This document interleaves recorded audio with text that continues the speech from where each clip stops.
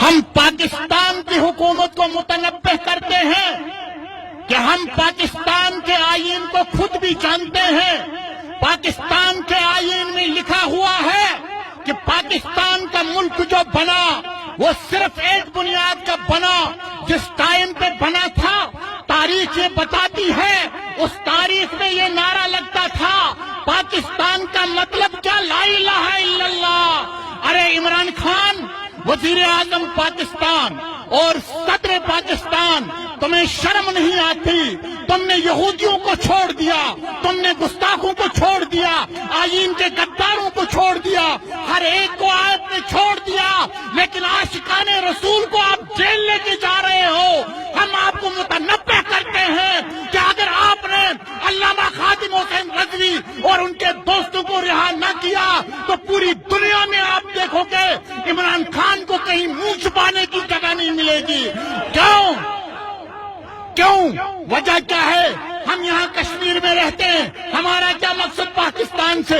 ہم ہندوستان میں رہیں، ہمارا مقصد کیا پاکستان سے؟ ہم انگلینڈ میں رہے، ہم سعودیہ میں رہے، لیکن ہم خادم حسین کا نام کیوں لیتے ہیں؟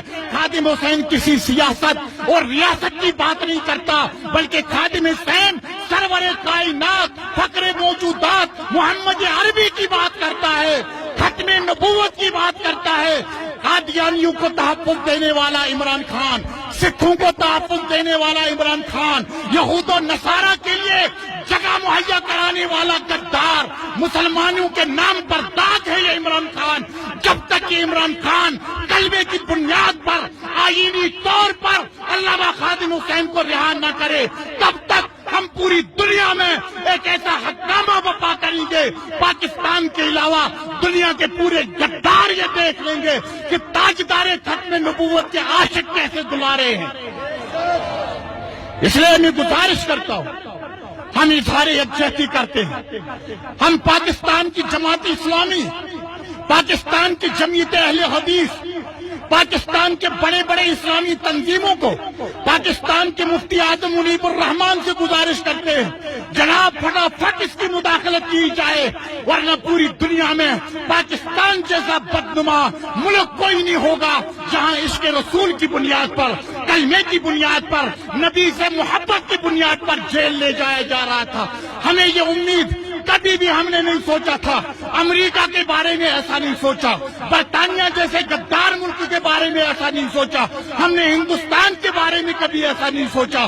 جو کام آج کے دور میں عمران یہودیوں کے ایجنٹ نے کر کے دکھایا، ہم سب سے گزارش کرتے ہیں، فوج کے سربراہ سے لے کر پوری پاکستان کے انٹیلیجنس سے، پوری پاکستان کے انٹلیکچوئل لوگوں سے، دانشوروں سے، کہ اگر آپ نے یہی ہنگامہ مچانا ہے تو پھر میرے نبی کا انقلاب اب پوری دنیا میں بپا ہو چکا ہے۔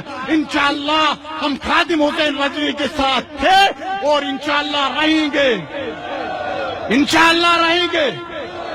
تاجدار ختم نبوت یکجہتی کے لیے ایک نعرہ لگاؤ، لبیک لبیک لبیک یا رسول، لبیک لبیک لبیک یا رسول، لبیک لبیک لبیک یا رسول، لبیک لبیک لبیک یا رسول۔ علامہ خادم حسین رضوی کو رہا کرو، تاجدار ختم نبوت، عاشق رسول کو رہا کرو۔